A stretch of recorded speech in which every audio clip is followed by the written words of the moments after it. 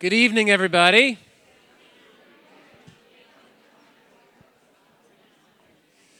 We're going to go ahead and get started.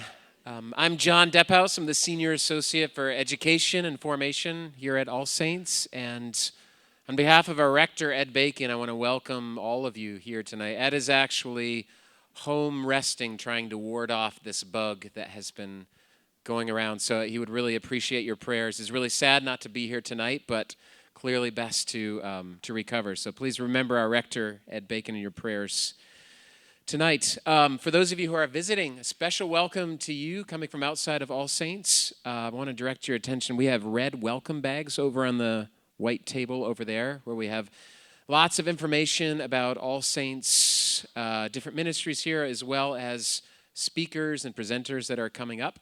I want to encourage all of you to register, if you haven't already, for the Dan Siegel retreat.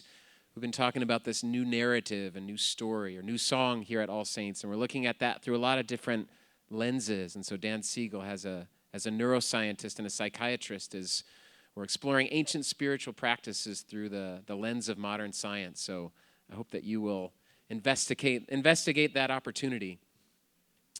There is parking validation blue sheets. They look like this. If you parked in the hotel parking garage, you can pick up a parking validation on the book-selling table on the way out. Restrooms are right around the corner. I think most of you saw those on the way in. And there is also, in addition to the Siegel retreat, I want to draw your attention to one of our Lent book groups is on John Philip Newell's book, Rebirthing of God, led by Sally Howard. And this is going to be a book group on Saturday morning. And so stay posted. Keep an eye out for that opportunity if you'd like to join this group, where we look at the content of the book as well as engage in the spiritual practices that we'll be experiencing tonight as well. So we're really are in for a very sacred evening tonight. And I'm so privileged just to introduce our speaker tonight. The Reverend Dr. John Philip Newell is the author of The Rebirthing of God, Christianity's Struggle for New Beginnings. He's a poet, a peacemaker, and scholar.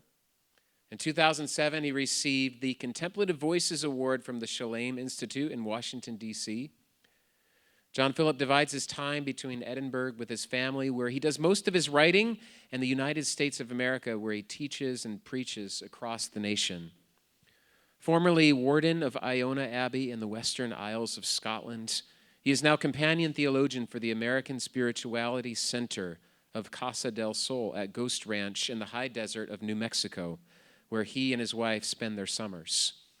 John Philip is the co-founder of Heartbeat, a journey towards Earth's well-being, an organization which you can find out more information about or sign up for the email list if you want to stay connected to the work of Heartbeat. He's an ordained Church of Scotland minister with a passion for peace among the great wisdom traditions of humanity. His PhD is from the University of Edinburgh, and he is internationally acclaimed for his work in the field of Celtic spirituality, having authored over 15 books. So it's my honor tonight. Would you please extend a warm welcome to John Philip Newell.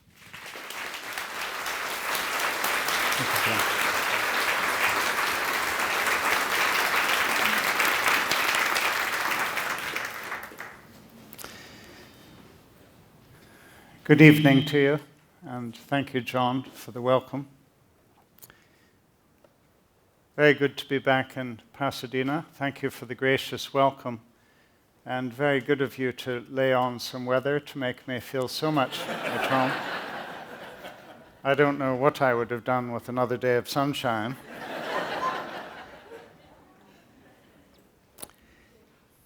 May I offer a prayer to begin?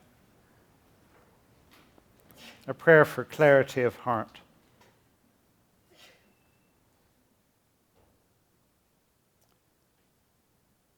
Clear our heart, O God, that we may see you. Clear our heart, O God, that we may truly see ourselves. Clear our heart, O God, that we may know the sacredness of this moment, and in every moment seek you, serve you, as the living presence in every presence. Clear our heart, O God, that we may see. Amen.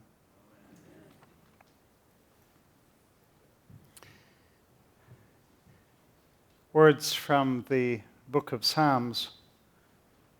Sing to God a new song. Sing to God, all the earth.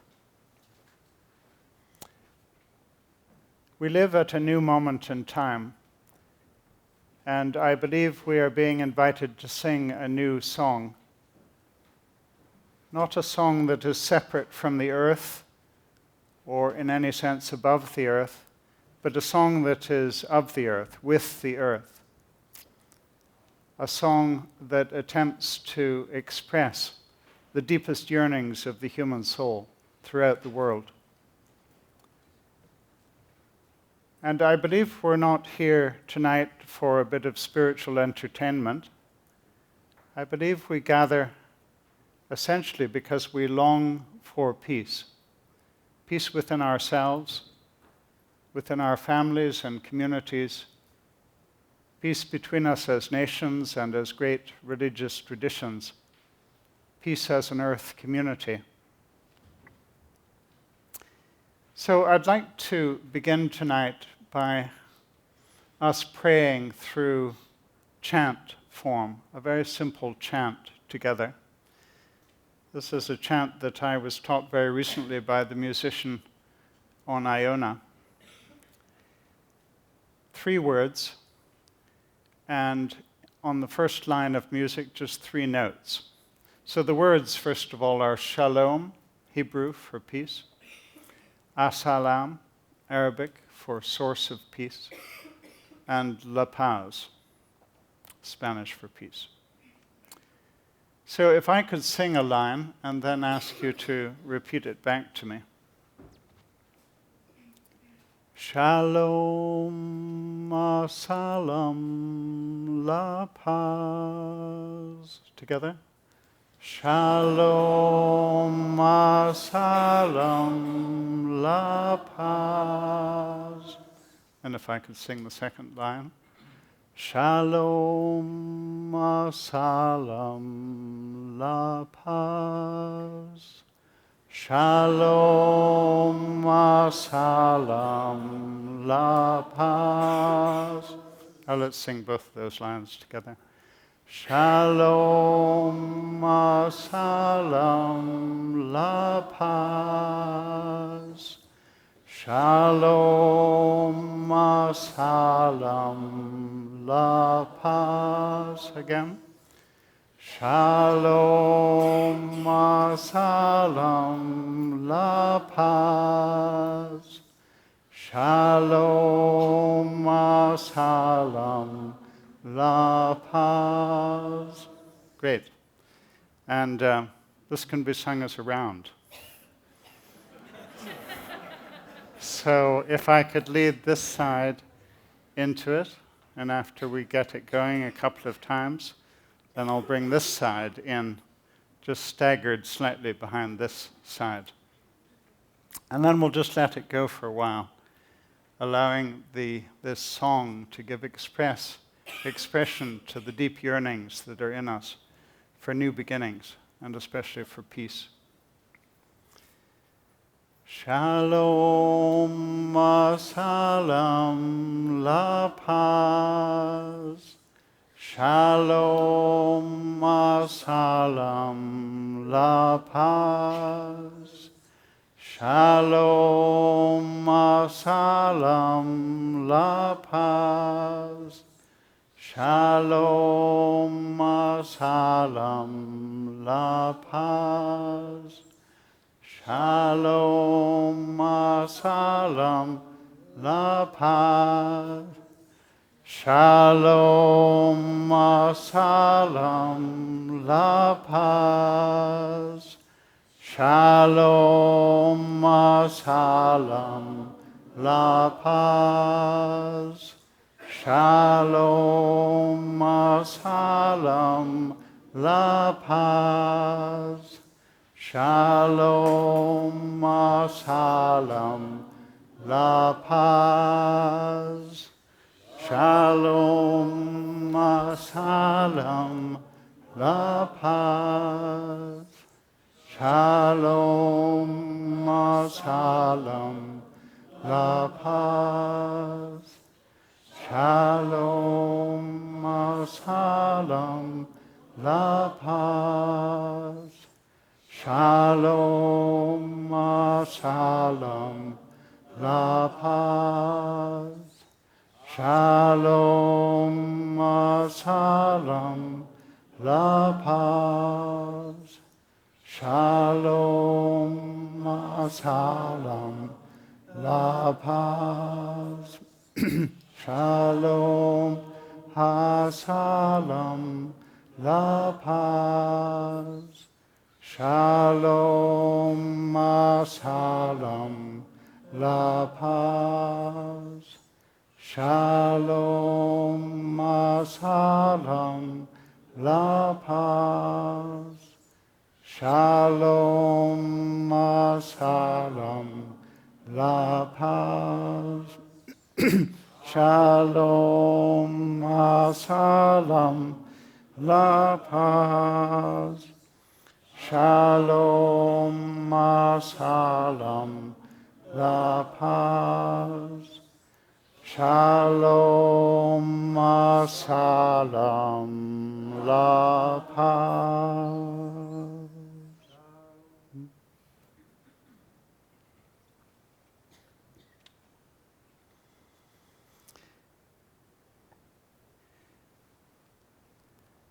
One of the most cherished images in the Celtic world of Christian spirituality, from which I draw so heavily in my life and in my teachings, one of the most cherished images is the image of John the Beloved leaning against Jesus at the Last Supper. And it was said of him in the Celtic world that he therefore heard the heartbeat of God. He becomes an image or symbol of the practice of listening deep within ourselves, listening deep within one another, listening within the body of the earth for the beat of the sacred presence. Do we know that we are bearers of this unspeakably beautiful presence? And do we know that we can honor that presence in one another and in everything that has being? And do we know that it is this combination, growing in awareness that we are bearers of sacred presence, and a faithful commitment to honor that presence in one another and in the earth, that this combination holds the key to transformation? And that is my prayer for us tonight, that we may do some listening, that we may listen both within the intimacy of our own hearts, perhaps hearing what we have never heard before, or hearing what we have forgotten within us, the beat of the sacred presence. And that we may listen also in unbounded ways, listening within the vastness of the universe and listening well beyond the boundaries of how our religion and culture has often taught us to listen. And to know that these two ways of listening within the vastness of the universe and listening within the intimacy of our own heart, that these two ways are essentially one. That is, the deeper we move in the mystery of our own being, the closer we come to the heart of one another and to the heart of everything that has being, everything made of God. It was Julian of Norwich in the 14th century who said so simply, but so radically, we are not just made by God, we are made of God. We are not simply fashioned from afar by a distant creator, but rather we come out of the very womb of God, as she said. And that in part is why Julian so loved to refer to God as mother, as well as father, because she saw us as coming out of the very essence of God.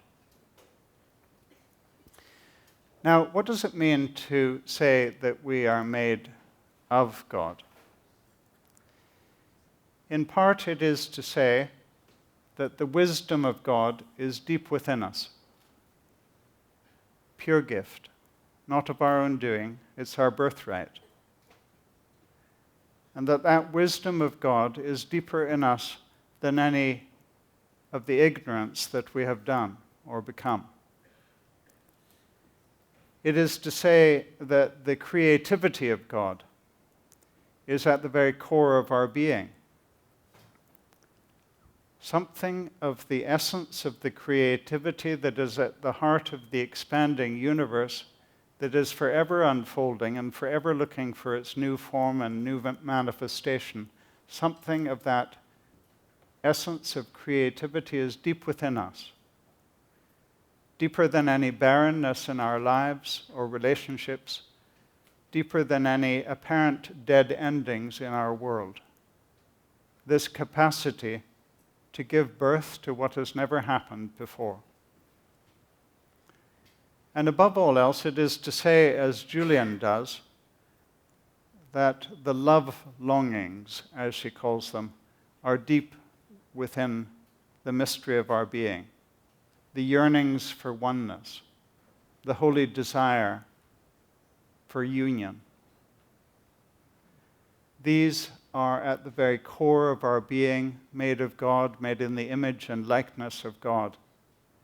And they are deeper than any fear or hatred that holds us in the tragedies of fragmentation and separation that we are part of and that we witness in our world. These are themes that I've been exploring over many years in my teachings and writings. But in this new book, The Rebirthing of God, Christianity's Struggle for New Beginning, I'm especially asking, what would it look like if those true depths, that is, our of Godness, were to come forth again in radically new form? Or as Jesus says in one of his favorite mantras of teaching, you must be born again. And I don't believe that Jesus, as a rabbi, would have been wanting to give the impression in saying that we needed to be born again, that we needed to become something other than ourselves. Because as a good Jewish rabbi, his starting point was not the doctrine of original sin. That's a Christian problem. In fact, it is our obsessive-compulsive disorder. I was part of a dialogue in Richmond, Virginia last year with a rabbi and a Muslim imam. And we were asked at one point from someone in the audience if we could speak about what our perspective was on original sin. The rabbi was the first to respond, and he said, original sin. He said, that to most Jews would mean that was a really original sin. that was a really creative sin. This is just one of the reasons we need interfaith dialogue.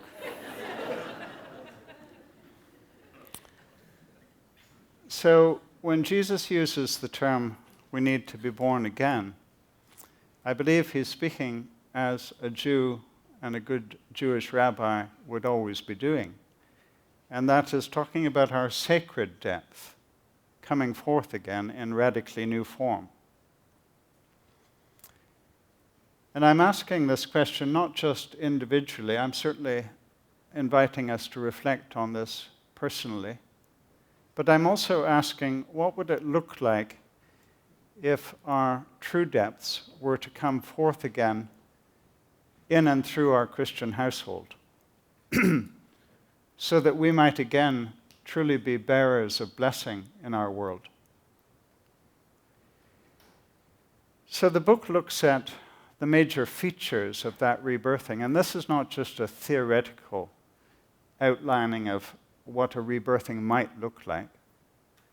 This is an attempt to articulate what is already stirring. It's already trying to come forth within us.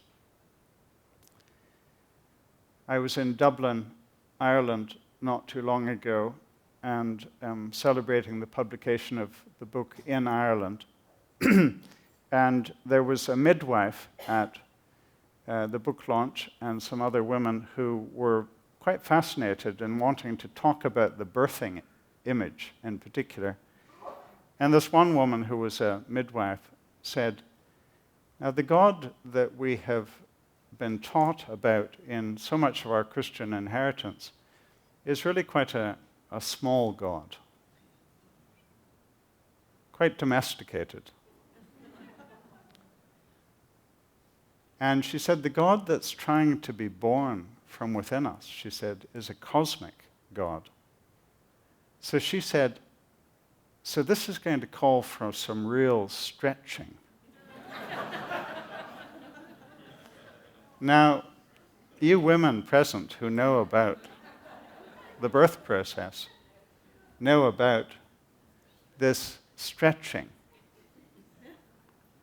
that we are being invited into. We are being invited into something bigger and vaster than anything we have imagined. And I was so delighted by this comment by the midwife that I phoned up my wife in Edinburgh that night and shared with her this image of the cosmic God and the stretching. And I so wished I hadn't yet written the epilogue of my book as well. But I was telling Ali about this, and this triggered off for Ali another awareness about labor. And it was her remembering when the labor began for our first child, for the birth of our first child, Rowan. Ali remembers so clearly thinking, I can't go back. We can't go back. We may sort of pretend that Christianity as we have known it can somehow be shored up. But we can't go back.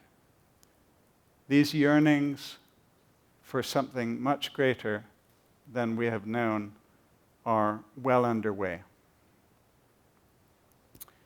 And tonight I want to look at one of the yearnings, one of the features of this rebirthing that is characteristic of or touches on or informs nearly every other aspect of the rebirthing. And that is the desire to come back into relationship with the sacredness of the earth. Or as Thomas Berry, our great eco-theologian in the Christian household, said, we need to move from a spirituality of alienation from the natural world to a spirituality of intimacy with the natural world. One of the features of this rebirthing that is stirring is the desire to come back into relationship with the true heart of everything that has being. In this recognition that everything has come forth from the womb of the One. John the Beloved begins his prologue to the Gospel of John by saying, in the beginning was the Word, and the Word was with God, and the Word was God. And then he goes on to say, and all things have come into being through the Word, which is to say that everything is essentially an expression, a living expression of the One. Or as some of our later teachers in the Celtic tradition put it, in the beginning was the sound. And the sound was with God, and the sound was God. Everything is essentially a sounding of the sacred presence, a vibration And if somehow that sound or that vibration were extracted from the universe, everything would cease to exist. So this sounding is not simply a dimension of life, it is the very essence of life. It is the very essence of our being. And it's that essence that we are being invited to allow to come forth again in radically new ways. New science now speaks about the sound of the beginning as something that can be detected throughout the entire universe. It is everywhere. It's even within the apparent solidity of rock formations, that vibration of the first sound. And that sound has been identified as a B flat, way down. Now, not to be too boastful about these matters, but the Scottish bagpipes are tuned to the B flat. Now, one wonders what the outcome of the recent referendum in Scotland about independence would have been if the Scottish nationalists had made more of this point. But there's this wonderful convergence that we are living in the midst of, between many of the awarenesses of new science and many of the ancient awarenesses of the great spiritual traditions of humanity, because all of them, in their different ways, have been saying, in the beginning was the sound. In the beginning was Om. In the beginning was the word. In the beginning was the vibration. Given the love of John, John, this one whom in the Celtic world is usually just referred to as John the Beloved or John of Love, I have given quite a bit of time over the last 10 years to delving further and further into John writings or writings associated with John and the community of John in Asia Minor, or legends and stories about John. We have only some of John's writings that made it into the canon of Scripture as defined by the 4th century Imperial Council. We need to ask some questions about what was happening in the 4th century, because our Christianity had got into bed with empire. It was now the religion of empire. And we know the phrase, an inconvenient truth. And there were many inconvenient truths in our Christian household. And many of these were silenced by empire, so that our religion began to say what was convenient to the holders of power. I've often wondered, in what other area of life would we tolerate being told what to read by a 4th century council of men? And yet we have somewhat passively just read what they told us to read. Now, I believe most of us here are probably sons, daughters of the Christian household. And I believe we are to be in a position of gratitude for what we have received, but not a passive position. If we really love our household, we need to ask some questions about what's happening in our household at different moments in time. And I believe it is the responsibility of every generation to decide what we should be reading and what our children should be hearing and what we should be feeding one another.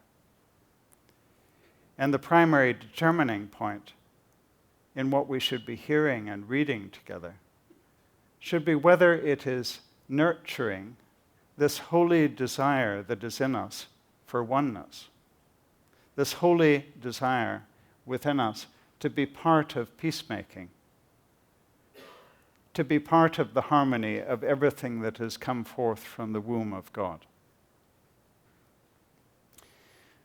One of the writings of John not to make it into the canon was a book called The Acts of John, And the Acts of John provides a beautiful description of the Last Supper,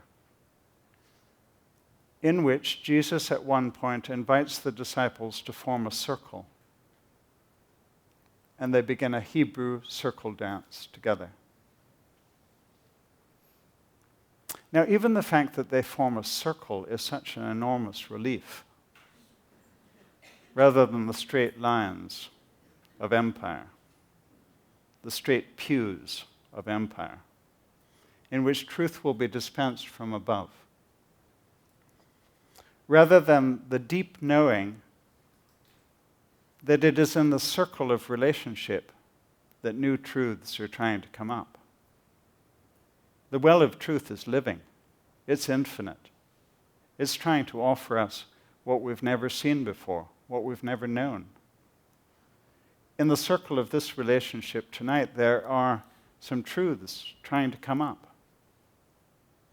It is in our circle of relationship with the earth and the other species that we are hearing new awarenesses of our interbeing, of the interrelationship of all things. It's in the circle of our relationship as nations that we are being invited to see in new ways. And it's in our circle of relationship as religious traditions that we are being invited into and through a radical humility to learning a completeness of truth in and through relationship. So Jesus invites the disciples to form a circle, and as they begin the circle dance, Jesus stands in the middle and initiates a set of antiphonal responses. We don't know the music anymore, but we can hear the rhythm in the words that he speaks.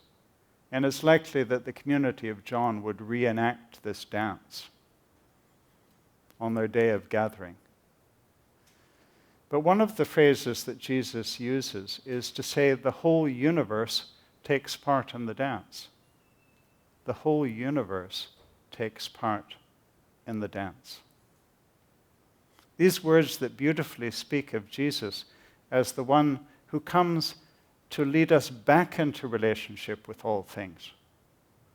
What can be called the holiness of wholeness, rather than the holiness that has dominated so much of our inheritance and given us the pattern, the notion that holiness is about separateness.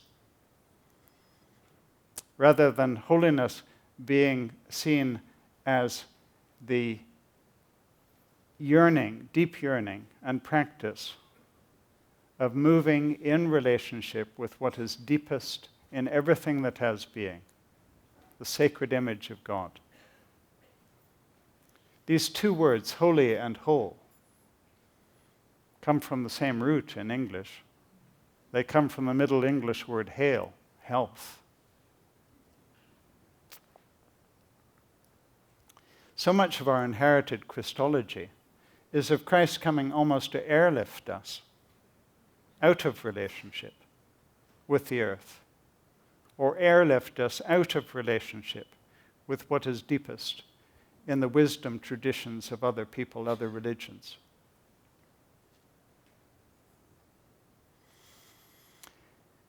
Every time I return to the island of Iona, which is the birthplace of Christianity for Scotland from the 6th century onwards. But it would be interesting for me, first of all, to know how many of you have been to Iona. Yeah. The rest of you need to come. Not all at once, it's a small island. But every time I return to Iona, the first place I long to pray in, and I now make a practice of praying there as soon after I arrive as possible, the place I long to pray in is not the rebuilt abbey that has received so much of the historical attention. The place I long to pray in is the ruins of the nunnery, the 13th century nunnery. And I notice that I'm not alone in this. I notice increasing numbers of men and women praying in the nunnery. And I find groups doing impromptu ritual and sometimes circle dances that are very much like this circle dance of Jesus. Now, what's this about? What is happening? I believe it is this desire to pray in relationship to the sacredness of the earth, or to what the ancient Celts called the cathedral of earth, sea, and sky. To bring our deepest spiritual expressions into a conscious relationship with the sacredness and the unfolding mystery of earth, sea, and sky. But I could do that on a hilltop, or I could do that on a beach on Iona, and I do it there as well. So why is it I go to the nunnery? Why do so many of us choose that place? The nunnery was a place of feminine spirituality. It was a place where women lived and prayed and wept and laughed and were faithful together in community for centuries. There is a deep desire in us to come back into relationship again with the sacredness of the feminine. And we have lived a tragic imbalance in so much of our culture and so much of our religious inheritance. And I believe we will only get in touch again with the sacredness of the masculine rather than the shadow forms of the masculine. We will only get in touch with the sacredness of the masculine to the extent that we come back into reverent relationship with the sacredness of the feminine. And these two desires, the desire to pray in the nunnery in relation to it being a place of feminine spirituality, and the desire to pray in relationship to the earth, these of course are inextricably woven together. Because the neglect of, the subordination of, the wronging of the earth has often gone hand in hand with a neglect of, an abuse of, a subordination of the feminine, and a fear of the deep birthing energies that are within the feminine. And if I may be allowed a very personal comment tonight, my 90-year-old mother is here.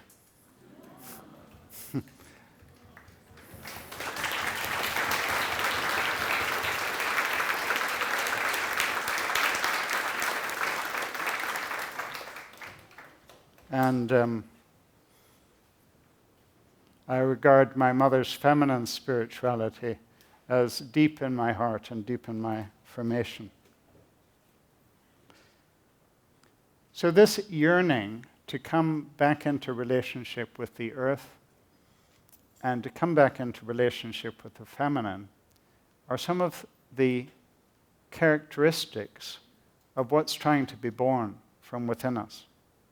There's another place I love to pray that combines a sense of praying with the earth and praying in relation to the feminine.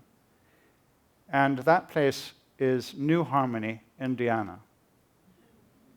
How many of you have been to New Harmony, Indiana? Great, Josephine.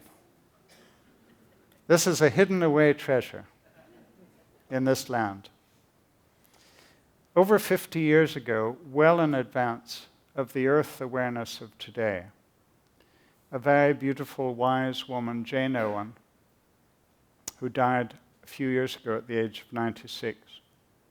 But over 50 years ago, she oversaw the construction of the roofless church. And it truly does not have a roof. It has 4 defining walls. But she saw, well in advance of the earth awareness of today, she saw that our sacred sites must not be represented by enclosed separation from the earth.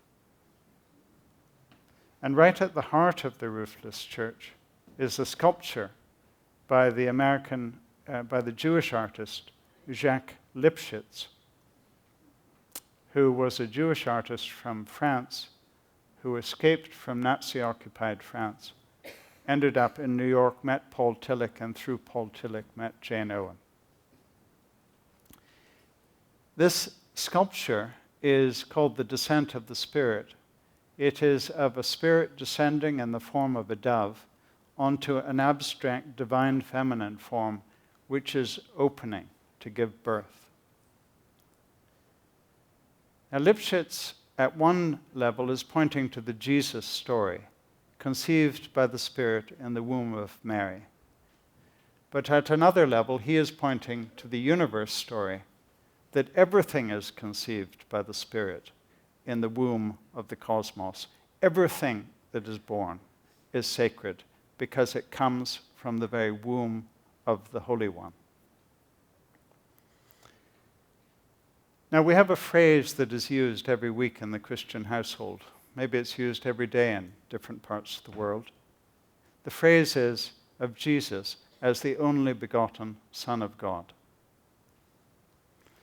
And this has been used so often to give the impression that Jesus is of God in a way that is entirely foreign to how we are of God and how all things are of God. It's Meister Eckhart in the 14th century who throws light on this phrase when he says, only begotten means begotten of the only one. Jesus, in the Celtic world, is often referred to as our memory. We have forgotten who we are. We have forgotten our true essence. He comes as our memory to enable us to remember that we are of the only one. We are only begotten. Or he's spoken of as our revelation, this word that comes from the Latin root revelare, which just means to lift the veil. He comes to lift the veil, to show us that we and all things are of the only one. Now, we cannot all pray in the nunnery of Iona or in the roofless church of New Harmony. But at best, our sacred sites should be like side chapels onto the great cathedral of earth, sea, and sky. And in the language we use and the rituals that we celebrate together and the teachings that are offered, we need to keep pointing back out to that ongoing, sacred, unfolding cathedral of the divine presence. When Ali and I left Iona after our 4 years at the Abbey, I went to become part of the team at our little Scottish National Cathedral in Edinburgh, St. Giles. And little is the word. And early in my time there, I had a dream in which I was about to begin a sermon from the central pulpit. And in the dream, I was in the pulpit, and there was no roof on the cathedral. It was like the roofless church of New Harmony, but I didn't yet know that place. So the cathedral opened out onto the cosmos, onto all things. But below the pulpit, there was an artificial ceiling under which the people sat. I knew that they could hear me, but I couldn't see them in the dream. And I had to make a decision. Should I stay in the pulpit, or should I descend underneath the artificial ceiling? And in the dream, I realized that I must speak from the pulpit. I must speak from the place of the relationship of all things. Now, this was a particular dream that came at a particular moment in my particular journey. But it is a dream, I believe, that belongs to us. It belongs to this moment in time. Because we are being asked, where will we speak from? Will we continue to speak from the place of separateness? Or will we speak from the place of the relationship of all things and a remembering that everything has come forth from the holy womb of the One? And this applies not only to our religious household, it applies also to how we will speak as a nation. Will we speak from a place of separateness, with an eye only to our well-being, our security, our success? Or will we speak only from the place of the human species, in this forgetting of our relationship with all the species of the earth? We all come from the one. We all carry deep within us the longings, what Julian calls the love longings of the one. Even though we may spend a whole lifetime living in exile from those holy desires within us, or living in confusion as to how we satisfy these yearnings for oneness that are deep within us. When we lived on Iona as a family, we had a border collie named Joe, J-O, which in Gaelic means spark of life. And he lived to round up.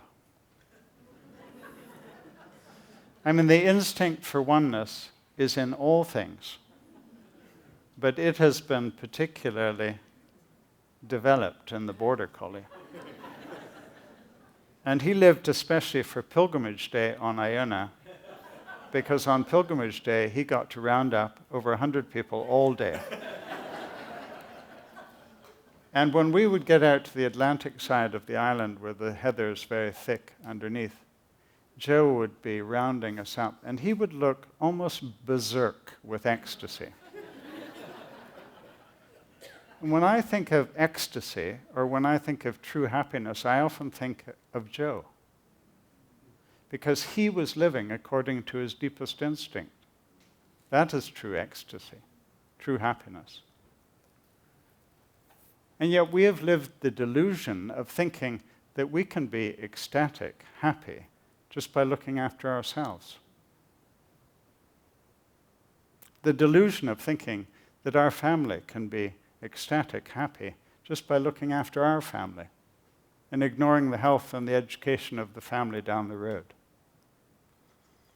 We have lived a delusion as a nation, as nations, thinking that we just care for our own security, our own thriving, at the cost of exploiting or wronging or neglecting other nations. Ecstasy, true happiness, is about living according to this deep instinct, our of Godness, and the longings of God that we might move together again, that we might be part of what Jesus calls this dance of the universe, this dance of all things. In the afternoons on Pilgrimage Day on Iona, we go into silence in the afternoon as we approach the hermit cell, the ruins of the hermit cell at the heart of the island. And Joe would get more and more intent on his work in the silence. And when border collies get most intense on their work, they get closer and closer to the earth. When we arrive at the hermit cell, we sit in a circle around the ruins. And Joe used to come into the center of the circle, lie down, and go to sleep. And as someone who knows about border collies said to me when they heard this story, they said, of course he went to sleep. His work was done. He had you in a circle. What has happened to this holy instinct for oneness? When we left Iona, we had a very difficult decision to make as a family. Should Joe come with us to the city? He had never been off the island. Or should he remain? In the end, we decided he was even more people-related than place-related, so he did come with us to Edinburgh, and there were some absurd moments in the city as he tried to round up city buses and anything moving. But there came a day when Joe was no longer able to exercise his instinct. He developed cancer. The creatures are so sensitive. And if we were to go around this room, I think we would hear from almost everyone just how sensitive the creatures are and how they are so much more aware of what is happening in us than what we often expect or assume. And to my mind, there is no mistake that Joe developed cancer in the year after our eldest son, Brendan, became mentally unwell. Probably many of you have mental illness in your families. Many of you will have come very close to mental illness in others, in those you love. It is staggering. And we were truly falling apart as a family in the impact of mental illness. And this one who had lived to round up, to hold together, somehow took our pain into himself. There was a day when he could no longer climb the stairs to the family flat, and I was carrying him up. And he looked so sad. And I realized I couldn't ask him to stay anymore. So I set a date with the vet and invited the entire family in for his last moment. But the only one who chose to come in with me was our youngest son, Cameron, who was just 6. And we placed Joe on the vet's table, and she explained that she was going to give Joe an injection, and after 20 seconds he would breathe deeply, and that would be his last breath. When Cameron heard this, and his head was about the same height as Joe's head on the table, when Cameron heard this, he got as close as possible to listen.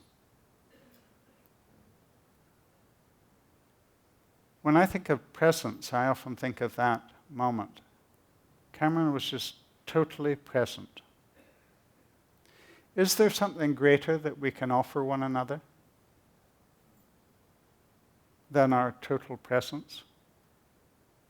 Presence not just to the beauty and sacredness and glory at the heart of one another, but present too to the sorrow, to the pain, to the brokenness that is within us and one another. That this practice of presence, really bringing our heart's attention right into relationship with the heart of the other, this holds a power for real change and real transformation between us in our relationships, whether individually or collectively in our world. After Joe breathed his last breath, the vet very kindly said she would leave us for a while. And we offered a prayer of thanks for this spark of life and for his peaceful death. And then we began to walk home in silence. And on the way home, Cameron said to me that he had a sore throat. And when I asked him why he had a sore throat, he said, "I think it's because I'm wanting to cry." I told him I had a sore throat too. And we walked home in silence, and there was the rest of the family at the flat, and we had a Joe wake. And we laughed and we wept about this one that we often refer to as the most faithful member of our family, because he lived according to his instinct.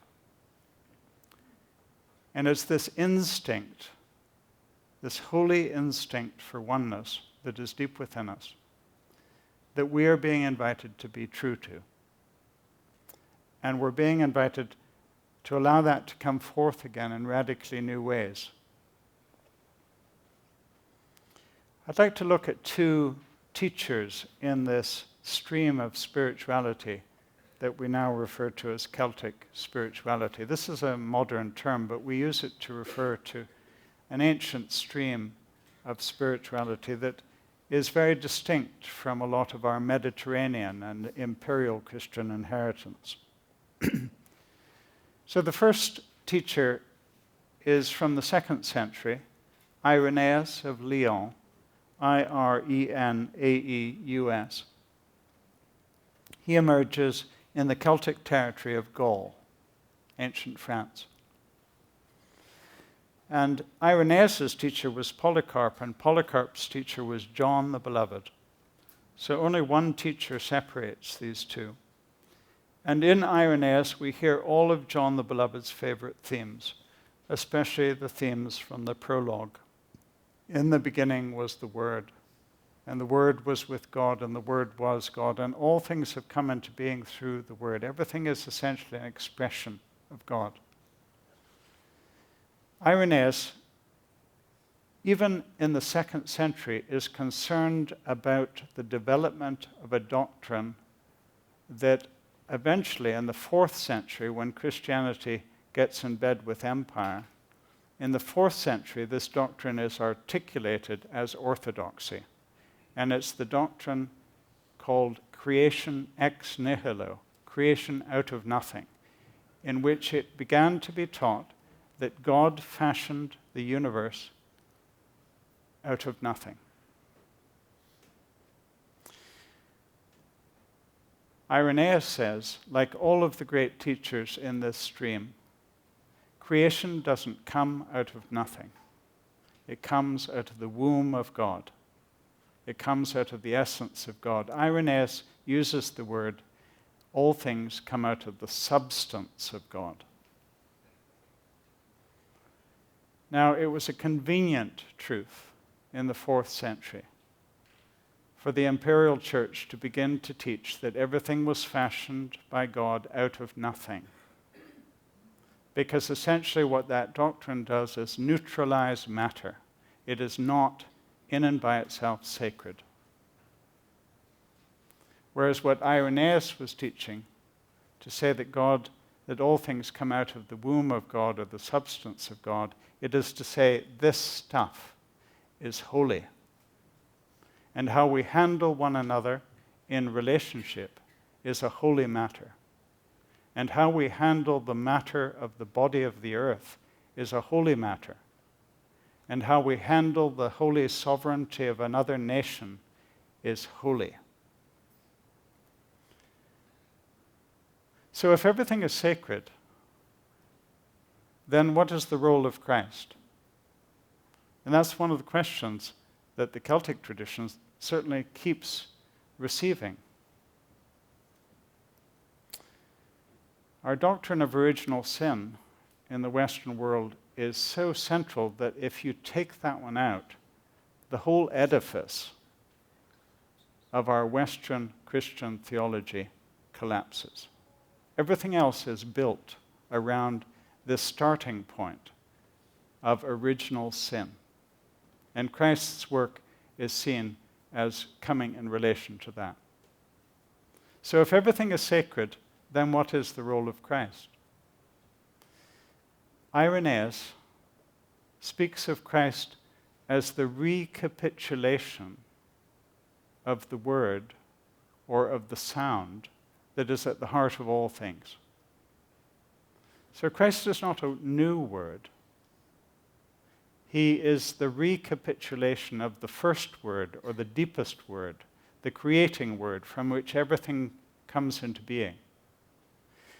Now, what is it we do when we recapitulate something? We say it again.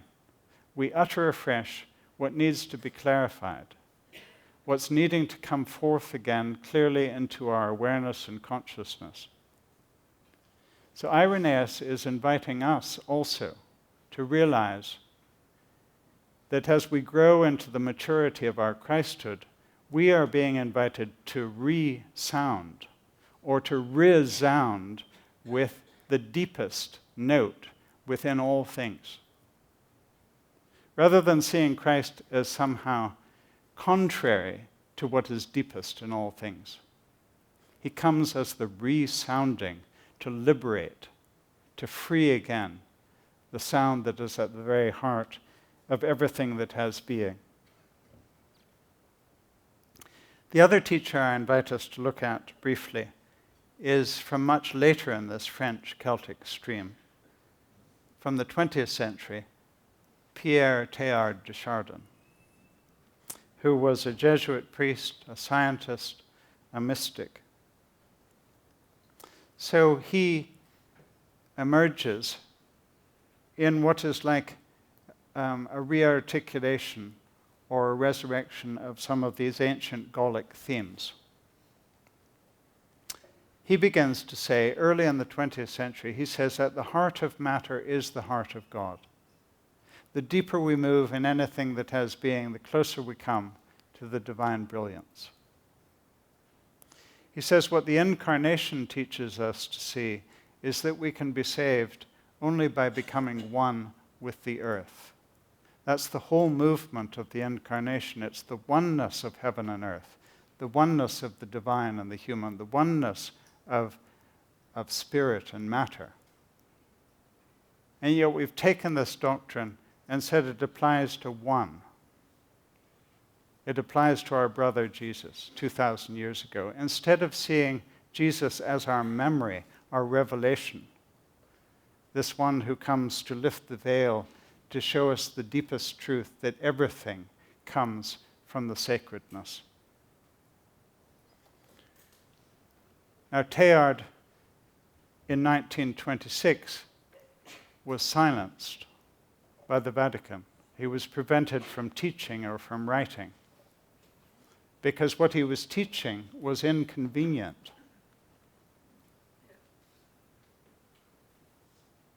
To teach that everything is sacred and that we are to approach the sacredness with a reverence of wanting to move back into true relationship is a major inconvenience to how we have organized ourselves as nations or religions. So the Vatican decided that the best thing to do with Teilhard was to send him to China to be part of a paleontological dig. Now, little did they realize what China would do to Teilhard, because it was in the East, in China, that Teilhard increasingly began to speak about the fragrance of the feminine that is deep within everything that has been created. And by that he meant that dimension within us and within all things that invites union, that attracts oneness, the fragrance of the feminine. This principle of attracting union or oneness is something that we see even in one of our most universal laws, the law of gravitation.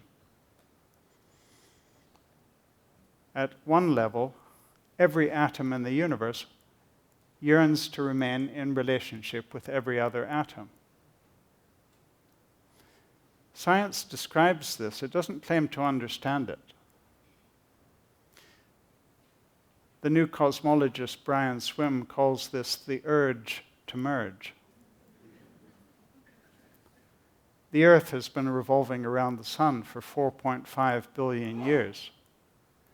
This could be described as a long-term stable relationship. It's a love affair. And we are born of that love affair. And we are born for love. We are born, as Jesus says, to be part of the dance of the universe. In his very last writings, which were eventually published after his death, Teilhard said, Christianity is at the end of one of its natural cycles of existence. Christianity is at the end of one of its natural cycles of existence. It needs to be born again. And in this born-again Christianity, he said, Christ will no longer be seen as a deserter of the earth. He will be seen as lover of the earth. Do we wish to be part of this great love affair? the interrelationship of all things? Do we wish not only to be part of this dance of the universe, but to bring all the great treasure of our household, of our Christian household, to serve this dance and to help lead it?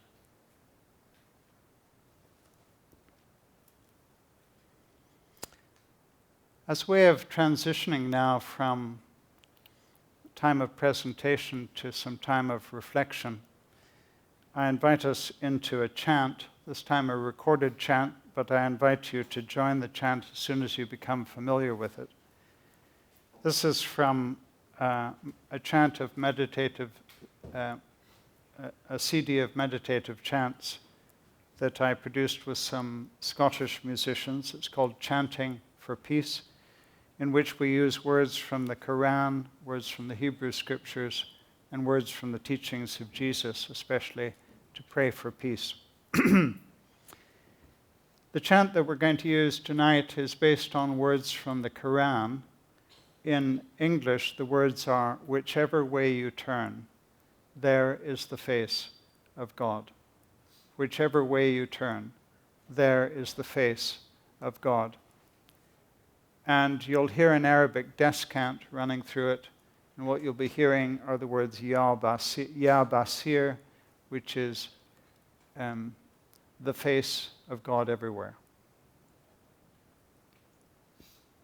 So please join the chant as you become familiar with it. There are a couple of instrumental interludes, and during that, let's just allow the words to continue to silently sound within us.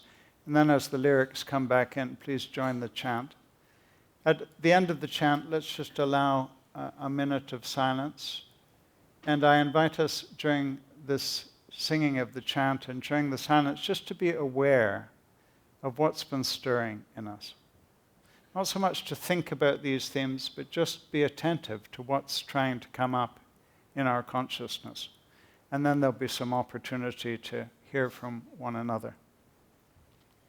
Whichever way you turn, there is the face of God. For a few minutes now, I invite us to hear from one another. Just turn to the person next to you, or maybe two people next to you, and share anything that's been stirring in you tonight. So if we could do that in groups of 2 or 3, but preferably not less than 2.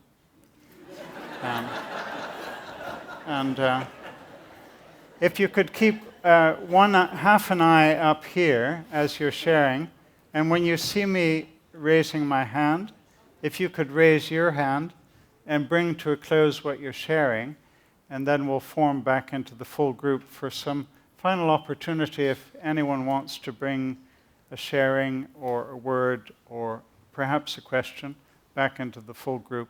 There will be some opportunity to do that. So just for a few minutes in small groups.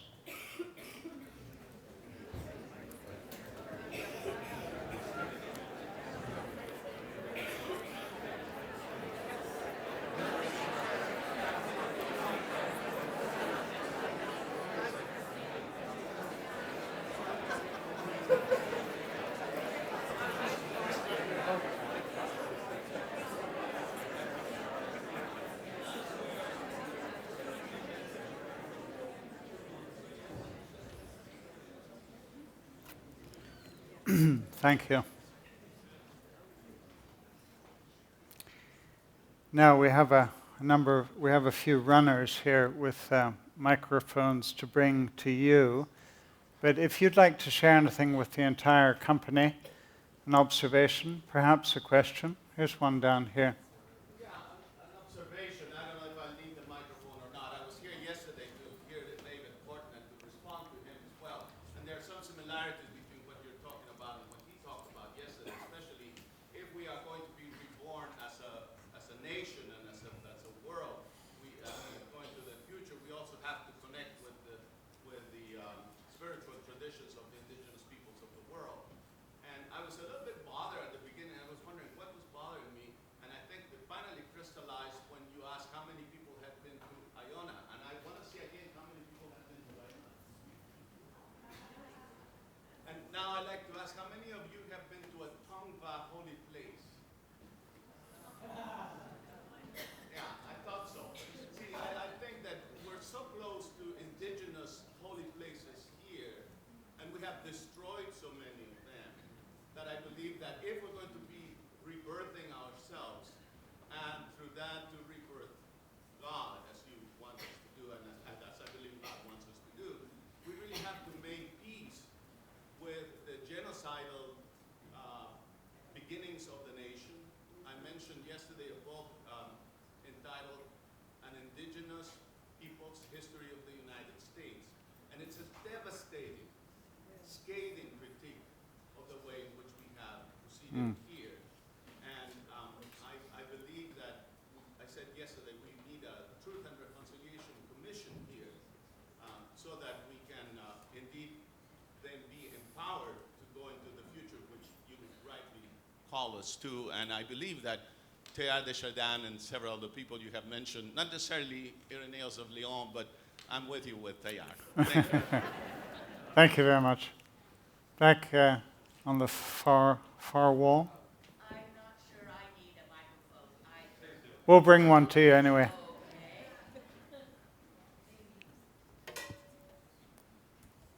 Okay, well, I have fallen back to a defensive position with regard to theology. There is so much yapping, yelping, ripping, roaring, snarling, and snapping that I've decided to heck with the arguments, and I've put my basic theology to something very, very, very, very simple. And it's this: God is, God cares, and treating other people, ourselves, and the whole entire universe with courtesy, consideration, and love is a religious duty. And it sounds to me like similar to something you were saying. Thank you. Over here. That was a beautiful song. I really liked it. But what I heard, I think, is more profound than what she said. And what that is we serve. And so there's a spiritual place in our heart where if we go into our heart, that we find the true self, I'll say, and that causes us to serve God in the way that God loves us. We love others. We love our planet. We love our world. So I'm a little bit like Jalid Rumi would say. He would look around and he would say, this whole world exists so that we can learn to love like God loves us. And I'm thinking, wow, that's something bigger than me. It's something bigger than the universe. It's something bigger, something beyond even that Big Bang, that creation that happened.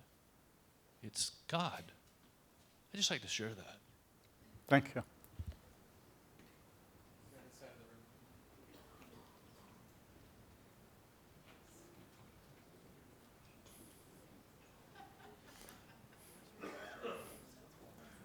Down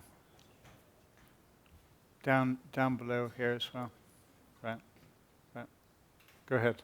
You could maybe pass that down when you're finished. I shall. Thank you. I thought this was so wonderful. I was here yesterday also, and we were so wrestling with kind of a rigorous model, and I've so appreciated tonight where we've had the ritual and shared the space and had the room to kind of open up and wrap our, where I was struggling to wrap my mind around things yesterday, I am relaxing into wrapping my heart around this.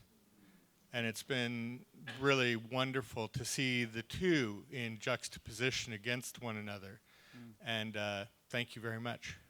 Thank you. Just below there. That's it. The thing that really hit me and made me cry was discussions of mental illness. I personally have been affected by mental illness, and I come from a family affected by mental illness.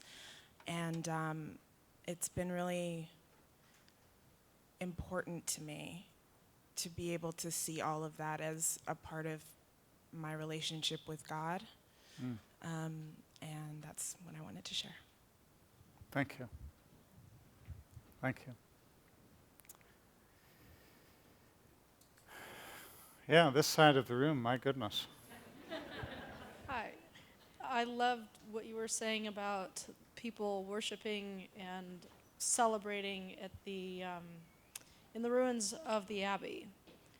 And the image that's come to mind is of a phoenix, where the abbey is the ashes at this point, and the people coming back to celebrate and revitalize it are a rebirthing and bringing it back to life.